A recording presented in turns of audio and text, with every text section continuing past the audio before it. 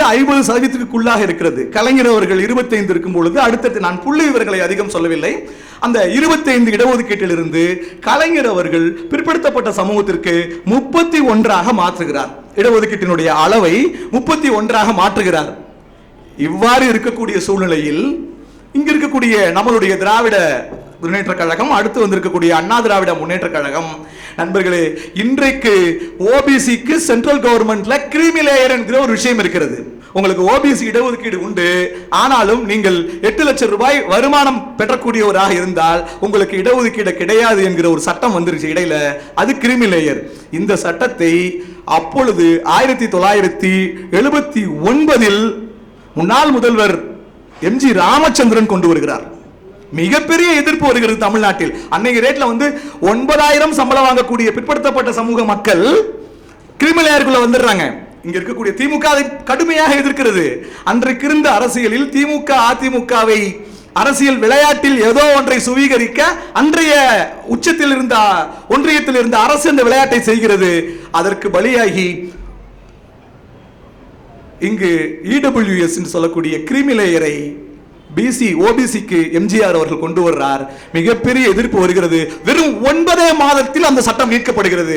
காரணம், அன்றைக்கு வந்த தேர்தலில் 38 தொகுதிகளில் அதிமுக தோல்வியை தழுவுகிறது. 2 தொகுதிகளில் தான் ஜெயிக்குது. அந்த 38 தொகுதிகளில் தோல்வி அடைந்தவுடன் எம்ஜிஆர் அவர்கள் அரசமைப்பு அமைச்சரவையை கூட்டி அதை வாபஸ் வாங்குகிறார். வாபஸ் வாங்கிட்டு அடுத்து மக்களுக்கு ஒரு நல்லது செய்கிறது. அன்றைக்கு இருந்த பிற்படுத்தப்பட்ட மக்களுக்கான இடஒதுக்கீடு 31 எம்ஜிஆர் அவர்கள் 50% இடஒதுக்கீடு என்று மாற்றுகிறார். இந்த 50% இடஒதுக்கீடு என்று பார்த்த பொழுது தமிழ்நாடு முழுவதும் மிகப்பெரிய உற்சாகத்தோடு எல்லா சமூக மக்கள் தொகையில் அதிகமாக இருக்கக்கூடிய ஒரு சமூகம் இடஒதுக்கீட்டை பெற வேண்டும். இன்றைக்கும் தொடர்ச்சியாக பட்டியல் சமூகத்திற்கான பிரதிநிதித்துவம் குறைவாக இருக்கிறது என்று சொல்லி போராடி கொண்டிருக்கும் பொழுது அதையும் இந்த அரசு கவனிக்க வேண்டும். இப்படி அரசு கூடிய கொஞ்சம் கொஞ்சமாக உரிமைகள் வந்து கொண்டே இருக்கிறது. தமிழ்நாட்டு அரசுகளில் இடஒதுக்கீடு முக்கியமான காரணமாக இருக்கிறது. அடுத்து 79க்கு பிறகு இந்த தமிழ்நாட்டு அளவினுடைய இடஒதுக்கீட்டில் இந்தியாவே கவனிக்கக்கூடிய சூழலில் இப்போதுதான் ஒன்றியத்தில் இருக்கக்கூடிய ஆட்சியாளர்களுக்கு, அங்கு இருக்கக்கூடிய தலைவர்களுக்கு இந்திய அளவில் தமிழ்நாட்டில் பிற்படுத்தப்பட்ட இதர பிற்படுத்தப்பட்ட சமூக மக்கள் இடஒதுக்கீட்டை பெற்றதன் வழியாக கல்வியிலும் பொருளாதாரத்திலும் முன்னேறிய பொழுது நம்மால் ஏன் முடியாது என்ற சிந்தனை வடவர்களுக்கு வருகிறது. 1979 மண்டல் கமிஷன் என்கிற ஒன்றை அமைக்கிறார்கள். 79 மண்டல் கமிஷன் அமைக்கிறாங்க. 79 அமைக்கப்பட்ட மண்டல் கமிஷன் என்பது ஓபிசிக்கு இடஒதுக்கீடு கொடுக்க வேண்டும். நண்பர்களே, 1950 நடைமுறைக்கு வந்த பொழுது பட்டியல் சமூகத்திற்கு மட்டுமே இடஒதுக்கீடு இருந்தது. அதை விட்ட பாக்கி எல்லாமே ஜெனரல் தான். அப்போ இந்த கோரிக்கை வலுப்படும் பொழுது நாம நினைக்கிறோம் அவங்க எல்லாம் உயர் சாதிகள் சொல்லக்கூடிய இந்த உயர் சாதிங்கிறது நான் யாரை சொல்றேன் அப்படின்னா, இன்றைக்கு வடநாட்டில் பார்ப்பனர்கள், ராஜ்புத்துகள், பட்டேல், ஜாட், காயஸ்தா போன்ற பார்ப்பனர்களுக்கு இணையாக சமூகத்தில் இருக்கக்கூடிய ஜாதிகள், அவர்கள் இந்த இடஒதுக்கீடு வருகின்ற பொழுது அவர்கள் வீதிக்கு வந்திருந்தால் ஒரு நியாயம் இருக்கிறது. ஏன்னா என்னுடைய திறமை போகுது அப்படின்னு சொல்லி அவன் நம்பலாம். ஆனால் அவர்கள் யாரை பயன்படுத்தி கொண்டார்கள் என்றால், பிற்படுத்தப்பட்ட சமூக மக்களை அழைத்து அன்றைக்கு அறிவிப்பு வந்தவுடன், எப்ப அறிவிப்பு வருது தெரியுங்களா, 79 மண்டல் ஆணையம் அமைக்கப்பட்டு 79 சமர்ப்பிக்கிறார். மண்டல் சமர்ப்பித்த பிறகு இந்த அறிக்கையை தூக்கி கிடப்பில் போடுகிறார்கள். கிட்டத்தட்ட 10 ஆண்டுகள் இதை பத்தி பேசவே இல்லை. 79 சமர்ப்பிக்கப்பட்ட மண்டல் ஆணையத்தினுடைய அறிக்கை 1989 90களில் விபி சிங் அரசு வரும் பொழுது நான் இடஒதுக்கீட்டை ஓபிசிக்கு கொடுக்கிறேன் என்று விபி சிங் சொன்ன போது அவர்கள் மறுக்கவும் முடியாமல் மண்டல் என்பதற்கு பதிலாக மந்திர் என்று அயோத்தியா பிரச்சனையை கையில் எடுத்து நாங்கள் மக்களை திசை திருப்புகிறார்கள். மண்டலா மந்திரா அப்படின்னு வரும் பொழுது மந்திருக்கு முக்கியம் கொடுக்கிறார்கள். மண்டல் பிரச்சனையை பிற்படுத்தப்பட்ட சமூகத்தை வைத்து எதிர்க்கிறார்கள். அன்றைக்கு கோஸ்வாமி என்கிற இளைஞர் தீக்குளித்து இறக்கிறார். பள்ளி மாணவர்களை திட்டமிட்டு தீக்குளிக்க மண்ணெண்ணெய் ஊற்றி தீக்குளிக்க வைக்கிறார்கள். டெல்லியில் ஒரு சீக்கிய மாணவியை பள்ளிக்கூடத்திலிருந்து வெளியே இழுத்து மண்ணெண்ணெய் ஊற்றி கொளுத்தி இருக்கிறார்கள். டெல்லியில சீக்கிய சமூகத்து மாணவியை. இதன் வழியாக அவர்கள் என்ன சொல்ல வருகிறார்கள் என்றால், இந்த ஓபிசி இடஒதுக்கீட்டின் வழியாக பாதிக்கப்பட போவது யாருன்னு பார்த்தா எல்லா சமூகத்தை சேர்ந்த ஓபிசிகள் அவங்களே எதுக்குறாங்க அப்படின்னு சொல்லி பீகாரில் போராட்டம் நடக்கிறது, ஹரியானாவில் போராட்டம் சொல்லப்படுகிறது. பிற்படுத்தப்பட்ட சமூகத்தை சேர்ந்த பலர் சுட்டுக் கொல்லப்படுகிறார்கள். இதையெல்லாம் காரணம் காட்டி இதை செயல்படுத்த முடியாது என்று சொல்கிறார்கள். நண்பர்களே, 10 ஆண்டு காலம் கிடப்பில் இருந்த மண்டல் கமிஷன் 1994 அமலுக்கு வருகிறது. 1994 27% இடஒதுக்கீடு இதர பிற்படுத்தப்பட்ட சமூகங்களுக்கு கொடுக்க வேண்டும் என்ற சட்டம் வருகிறது. ஆனால் இன்று வரை அந்த சட்டம் நிறைவேறியிருந்து பயன்படுத்தி இருந்தால் ஒன்றிய அரசினுடைய பணிகளில் கல்வி வேலை வாய்ப்பில் குறைந்தபட்சம் 27% இதர பிற்படுத்தப்பட்ட சமூகத்து மக்கள் பணியில் இருந்திருக்கணும்ல நண்பர்களே. இதுவரை கிடைத்த சமீபத்தில் கிடைத்த ஆர்டிஐயில் பெற்ற தகவலின்படி வெறும் 11% மட்டும்தான் இதர பிற்படுத்தப்பட்ட சமூகத்து மக்கள் ஒன்றிய அரசினுடைய பணிகள் இருக்கிறார்கள். அப்பனா மிச்சம் இருக்கிறலாம் யாரு? 22% பட்டியல் சமூகத்துக்கு வந்துருது. பட்டியல் சமூகத்திற்கு 1951 இடஒதுக்கீடு கொடுத்த பொழுது ஏன் அவர்கள் இடஒதுக்கீடு தகுதி திறமை எல்லாம் பேசியிருக்கலாம்ல? அன்றைக்கு ஏன் அவர்கள் பேசவில்லை என்றால் அதை இந்த ஆய்வாளர்கள், அதை ஆனந்த் டெம்டுடைய அண்ணல் அம்பேத்கருடைய பேரன் போன்ற சிந்தனையாளர்கள் என்ன சொல்கிறார்கள் என்றால் 22% இருக்கக்கூடிய பட்டியல் சமூகத்திற்கு இடஒதுக்கீடு கொடுத்தாலும் அவர்களுக்கு அன்றைக்கு இருக்கக்கூடிய வாய்ப்புகளை பயன்படுத்தி வெறும் 8% மட்டும்தான் பட்டியல் சமூகத்திலிருந்து ஒன்றிய அரசின் பணிகளுக்கு வருகிறார்கள். அப்ப அந்த 22 இருக்கிற மிச்சம் இருக்கிற 15 ஓபிசிக்கு இல்லாமல் இருக்கக்கூடிய மிச்சம், இது எல்லாத்திலையும் யார் இருக்கா? அவங்க என்ன சொல்லுவாங்க, உயர் சாதினா பார்ப்பனர்கள் மட்டும் அப்படின்னு நினைச்சுக்காதீங்க அப்படின்னு சொல்லிட்டு ஒரு லிஸ்ட் கொடுக்குறாங்க. இப்ப நான் சொன்னேன் இல்லையா, பார்ப்பனர்களை தவிர்த்த மற்ற சாதிகள் எல்லாமே வட மாநிலங்களில் வியாபாரம் செய்யக்கூடியவர்களாக இருக்கிறார்கள், பெரிய நிலச்சுவாண்டவர்களாக இருக்கிறார்கள். அவர்கள் யாருமே அரசு வேலைகளுக்கு வருவதில்லை. அப்ப மிச்சம் இருக்கக்கூடியது யாரு? ஒரே சமூகம் 22 தவிர்த்து மிச்சம் இருக்கக்கூடிய அத்தனை வேலைகளையும் சுகரித்துக் கொண்டிருக்கிறார்கள் இன்று வரை. அப்ப இன்னொரு கேள்வி வரும் உங்களுக்கு, ஏன் சார் 27% இடஒதுக்கீடு இருக்குல்ல, அப்ப இந்த இடஒதுக்கீட்டை வச்சு நம்ம கோர்ட்ல ஃபைட் பண்ண முடியாதா? அதைத்தான் நண்பர்களே அவர்கள் மிக மிக மிக நளினமாக நெளிவு சுழிவுகளோடு கையாளுகிறார்கள்.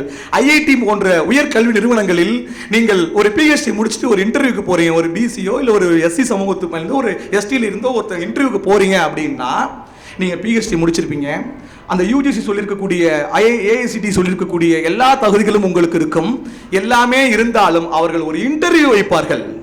அந்த இன்டர்வியூவில் உங்களுக்கு போதுமான தகுதி இல்லை என்று சொல்லி உங்களை நிராகரிப்பார்கள். இடஒதுக்கீட்டு கோட்டாவில் வரக்கூடியவர்களுக்கு இன்றும் முழுமையான கல்வி தகுதி கிடைக்கவில்லை என்று சொல்லி உங்களுடைய இடஒதுக்கீட்டு கோட்டாவினுடைய சீட்டை ஜெனரலுக்கு மாற்றுவார்கள். ஜெனரல்ல யார் இருக்கா? அப்போ இந்தியா முழுவதும் ஐஐடிகளில் ஐஐஎம்களில் யார் இருப்பார்கள் என்று நீங்கள் புரிந்து கொள்ளுங்கள் நண்பர்களே. மதுரையை சேர்ந்த எழுத்தாளர் முத்துகிருஷ்ணன் ஒரு கட்டுரை எழுதியிருக்கிறார், கவர்மெண்ட் அக்ரஹாரம் என்று ஒரு கட்டுரை எழுதியிருக்கிறார். 10 ஆண்டுகளுக்கு முன்பு அந்த கட்டுரை, இன்றைக்கும் அப்படித்தான் இருக்கிறது. சென்னை ஐஐடியில் மட்டும் நண்பர்களே, சென்னை ஐஐடிக்குள் உள்ளே போய் பார்த்தவர்களுக்கு தெரியும், ஒரு உயர்கல்வி நிறுவனம் இந்த வேங்கிக்கால் முழுவதும் காம்பவுண்ட் போட்டா எவ்வளவு பெருசு வருமோ நண்பர்களே, நான் மிகை கற்பனை சொல்லவில்லை. ஐஐடிக்குள்ள நீங்க உள்ள போய் பாருங்க, ஐஐடிக்குள்ள அடையாறுல கேன்சர் இன்ஸ்டிடியூட் பக்கத்துல இருக்கிற ஐஐடில உள்ள போனீங்கன்னா 10 பஸ் நிக்கும். நம்ம பிரைவேட் ஸ்கூல் மஞ்சள் கலர் பஸ் மாதிரி 10 பஸ் நிக்கும். அங்கேருந்து உள்ள உங்களுக்கு 3 கிலோமீட்டருக்கு அப்படியே சுத்தி சுத்தி அழைச்சிக்கிட்டே போவாங்க. கங்கை, யமுனை, கோதாவரி, கிருஷ்ணானு நதிகளின் பேரில் ஹாஸ்டல் இருக்கும், ஓஐடி தியேட்டர் இருக்கும், இந்த மாதிரி ஒரு அரங்கம் இருக்கும், 1000 பேர் உட்கார்ந்து பார்க்கக்கூடிய தியேட்டர் இருக்கும். அவ்வளவு வசதிகள் அங்க இருக்கக்கூடிய பேராசிரியர்களுக்கு, அவங்களுக்கான வீடுகள் என்று மிக நம்மளால் கற்பனை பண்ணி பார்க்க முடியாத வசதிகளோடு நண்பர்களே, நான் கற்பனையாக சொல்லவில்லை, இந்த வேங்கிக்காலுக்கு நீங்கள் ஒரு காம்பவுண்ட் சுவர் போட்டால் எவ்வளவு பெருசு இருக்கோ அவ்வளவு பெருசு சென்னை ஐஐடி இருக்கும். நான் அதை மட்டும் தான் பார்த்திருக்கிறேன். அந்த ஐஐடியில் முத்துகிருஷ்ணன் தன்னுடைய கவர்மெண்ட் அக்ரஹாரம் என்ற கட்டுரையில் சொல்கிறார், 420 பேராசிரியர்கள் இருக்கிறார்கள். அந்த 420 பேராசிரியர்களில் 400 பேர் பிராமணர்கள். 400 பேர் பிராமணர்கள். இந்த இடஒதுக்கீடு மண்டல் கமிஷன்ல வந்துச்சுல, அப்படி வந்தும் நமக்கு கிடைக்கல. அப்ப இங்க இதர பிற்படுத்தப்பட்ட சமூகத்தை மக்களால என்ன சொல்லிக் கொண்டிருக்கிறோம்? இந்த ஊர்ல இருக்கக்கூடிய நான் உயர் சாதி என்று கற்பனையில் மிதந்து கொண்டிருக்கக்கூடிய செட்டியார், பிள்ளைமார், தேவர், முதலியார்னு சொல்லக்கூடிய இவங்க எல்லாம் இங்க உயர் சாதின்னு நம்ம டிஜிட்டல் பேனர் வச்சுக்கிட்டு இருக்கோம். ஆளும் ஜாதி ஆண்ட சாதின்னு டிஜிட்டல் பேனர் வச்சுக்கிட்டு இருக்கோம். அவன் நம்மளை சீண்ட கூட இல்லை, நம்மளை மதிக்க கூட இல்லை. நம்முடைய திருவண்ணாமலை நாடாளுமன்ற உறுப்பினர் மாண்புமிகு சி.என். அண்ணாதுரை அவர்களை எங்களுடைய இயக்கத்தின் சார்பாக ஒரு தடவை சந்திக்க செல்லும் போது மிக வேதனையோடு பதிவு செய்கிறார். டெல்லியில் இன்றைக்கும் ஐஏஎஸ் கேபினட் செக்ரட்டரியில் இருந்து ஓஏ வரைக்கும் தன்னுடைய தலைமுடியை லேசாக சுருட்டு போட்டுக்கொண்டு தான் யார் என்பதை புற அடையாளத்தின் வழியாக நிறுவிக் கொண்டிருக்கிறார்கள். நம்மளையெல்லாம் அவன் மதிக்கவே இல்லைன்னு சொல்லிட்டு இருக்கோம். நாம இங்க ஆண்ட சாதின்னு பேனர் வச்சுட்டு இருக்கோம். ஒன்றிய அரசினுடைய எந்த பணிகளிலும் நாம் வரவில்லை. நம்ம நண்பர் பச்சையப்பன் அவர்கள் சில நாட்களுக்கு முன்பு ஒரு மீம்ஸ் போட்டிருந்தார். அந்த மீம்ஸ்ல அவர் கிண்டல் அடிச்சு போட்டிருந்தார். அவருடைய கருத்துக்களை நான் மதிக்கிறேன், அது ஒரு உரிமை. இங்க வந்து நீங்க இன்னும் பேசிக்கிட்டே உட்கார்ந்துருங்க, ஒன்றிய அரசின் எந்த பதவிக்கும் வர முடியாது ஒரு கமெண்ட் போட்டிருந்தார். கடந்து சென்றேன். எவ்வளவோ பேர் இந்த கமெண்ட்டை போட்டாங்க. அந்த கமெண்ட்ல என்ன, நீ எனக்கு வாய்ப்பு கொடுத்தாதானப்பா நான் படிக்க முடியும். நீ எனக்கு இந்த மண்டல் கமிஷனின் வழியாக 27% இடஒதுக்கீடு என்பது நண்பர்களே வேலை வாய்ப்புக்கு மட்டும்தான், கல்விக்கு கிடையாது. எங்க கல்வியை கொடுத்தாதானாங்க நான் படிச்சுட்டு சென்ட்ரல் கவர்மெண்ட்ல போட்டி போட முடியும். எனக்கு கல்வியில எவ்வளவு டெக்னிக் பாருங்க. 27% இடஒதுக்கீடு என்பது கல்வியில் நாங்கள் கொடுக்க மாட்டோம், வேலை வாய்ப்புல கொடுக்கிறோம். நாங்க 94ல அதுவும் வந்து சேரல. சரிடா நான் படிக்கிறேன்டா, உன்னோட போட்டி போட்டு யூபிஎஸ்சி எக்ஸாம் எழுதுறேன், ஸ்டாஃப் செலக்ஷன் கமிஷன் எக்ஸாம் எழுதுறேன் அப்படின்ட்டு நாம உள்ள போனோம்னு வச்சுங்களேன், நமக்கு இருமொழி கொள்கையிலேயே இங்கிலீஷ் தகராறு இருக்கு. எல்லா சென்ட்ரல் கவர்மெண்ட் எக்ஸாமும் ஒன்று இங்கிலீஷ்ல இருக்கு, ஒன்று ஹிந்தியில இருக்கு. இந்த ரயில்வே ஸ்டேஷன்ல போய் பாருங்க, இன்று ஒரு வார்த்தை ஹிந்தியில கத்துக்கணும்னு போட்டிருக்காங்க. வேலை செய்ய கொடி காட்டுறதுல இருந்து கலாசி வேலையில இருந்து பாருங்க எல்லாமே ஹிந்திக்கார தோழர்களை நாம் குறை சொல்லவில்லை. இந்திய அரசின் படி யார் வேண்டுமானாலும் எங்கு வேண்டுமானாலும் வேலை செய்யலாம். நான் ஒரு ஸ்டாஃப் செலக்ஷன் கமிஷன் எக்ஸாம் எழுதணும்னா ஒன்னு எனக்கு இங்கிலீஷ் தரவா இருக்கணும், இல்ல ஹிந்தி தரவா இருக்கணும். என்ன படிச்சுட்டு வான்னு சொல்றீங்க, குறைந்தபட்சம் மும்மொழி கொள்கையை ஆதரிக்கிற நீ எனக்கு என்னுடைய மாநில மொழிகளுக்கு எக்ஸாம் வைக்கணும்ல. தமிழ்நாடு தான் ஏத்துக்கல, கேரளா கர்நாடகால ஹிந்தி இருக்கு. அப்ப அவங்க மொழியிலையாவது குறைந்தபட்சம் கன்னடத்திலேயாவது தெலுங்குலையாவது மலையாளத்திலேயாவது தேர்வு வைக்கணும்ல, அதுவும் கிடையாது. நான் மொழியிலையும் உன்னை ஆதிக்கம் செய்வேன், கல்வி ரீதியான இடஒதுக்கீடும் கொடுக்க மாட்டேன் என்று மிகப்பெரிய போராட்டத்தை கடந்து நாம் வர வேண்டியிருக்கிறது நண்பர்களே. வேலை வாய்ப்பில் சொல்லிட்டாங்க, அதையும் நிறுவல. கல்வியில் இடஒதுக்கீடு வேண்டும் என்று மன்மோகன் சிங் பிரதமராக இருந்த பொழுது 2006 கல்வியில் இடஒதுக்கீடு என்று கேட்டு போராடி 2008 தான் அந்த உரிமையும் நமக்கு கிடைத்தது. மண்டல் வழக்கினுடைய மிகப்பெரிய போராட்டத்தை முன்னெடுத்தவர்கள் பலர். 95, நான் புள்ளி விவரங்களை கொடுக்கவில்லை, 95% ஓசி சார்ந்தவர்கள் தான். அப்ப யாருமே வரலன்றதை புரிந்து கொள்ளுங்கள். இப்படி சூழ்நிலைகள் 1857 புரட்சியில் நாம் எப்படி தோற்று போனோமோ, காரணம் நம்மிடம் ஒற்றுமை இல்லை. அன்றைய தினம் ஆங்கிலேயர்கள் வெறும் 6000 பேர், இந்திய சிப்பாய்கள் 1,00,000 பேர் இருந்தார்கள். 1,00,000 பேர் இருந்த ஆங்கிலேயரை நாம் ஆங்கிலேயரிடம் ஏன் என்று 1857 தோற்று போனோம் என்பதற்கு நம்மளிடம் ஒற்றுமை இல்லை. அதைத்தான் நண்பர்களை சொல்கிறேன். இன்றைக்கு இவர்கள் 10 ஆண்டுகளுக்காக காத்திருந்து மண்டல் கமிஷனை நிறைவேற்றினார்கள்.